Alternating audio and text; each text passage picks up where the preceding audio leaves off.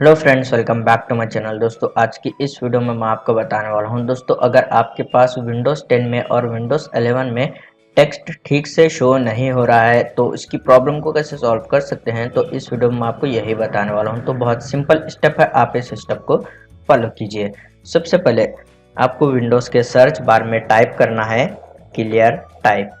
Okay, इस तरीके से टाइप कीजिए। उसके बाद यहाँ पर आपको एडजस्ट क्लियर टाइप टेक्स्ट, इस वाले ऑप्शन पर आपको क्लिक कर देना है।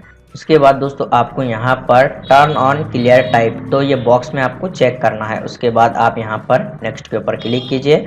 उसके बाद आपको यहाँ पर फिर से नेक्स्ट के ऊपर क्लिक कर देना है। उसके बाद आप जो है यहाँ पर फिर से नेक्स्ट के ऊपर क्लिक कीजिए और यहाँ पर नेक्स्ट के ऊपर क्लिक कीजिए। ये 5 स्टेप है, यहाँ पर ये कंप्लीट हो जाएंगे। उसके बाद आपको यहाँ पर फिनिश के ऊपर क्लिक कर देना है। उसके बाद आप यहाँ पर इसको कैंसिल कीजिए। उसके बाद आपको विंडोज़ के सर्च बार में टाइप करना है कमांड प्रॉम्प्ट, फिर आपको इसको राइट क्लिक कर रन एज एडमिनिस्ट्रेटर के ऊपर क्लिक कर देना है। उसके बाद आपको जो है यहाँ पर इस तरीके से टाइप कर इंटर प्रेस कर देना है और ये प्रोसेस कंप्लीट होने में थोड़ा सा टाइम लगता है, तो आप ये प्रोसेस कंप्लीट होने तक थोड़ा सा वेट कीजिए। तो जैसे ये प्रोसेस 100% कंप्लीट हो जाता है तो आप जो है कमेंट प्रॉम्प्ट को क्लोज कीजिए। उसके बाद आपको जो है स्टार्ट मेन्यू के ऊपर राइट क्लिक करना है, फिर आपको यहाँ पर डिवाइस मैनेजर के ऊपर क्लिक कर देना है। उसके बाद आप यहाँ पर देख सकते हैं डिस्प्ले अडाप्टर का जो ऑप्शन है, आप इस पर डबल क्लिक कर ये ऑप्शन को एक्सटेंड कीजिए। फिर आपको ग्राफिक कार्ड के ड्राइवर को अपडेट कर देना है। जैसे कि यहाँ पर मेरे पास AMD रेडियन का ग्राफिक कार्ड है, तो इसको सेलेक्ट कर लेते हैं। राइट क्लिक कर अपडेट ड्राइवर पर क्लिक कर देना है।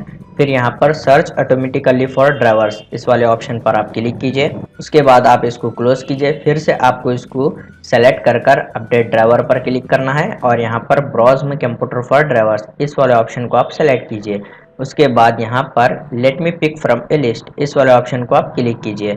उसके बाद आपको यहाँ पर ग्राफिक कार्ड के ड्राइवर शो हो जाएंगे, आप उसको सेलेक्ट कीजिए।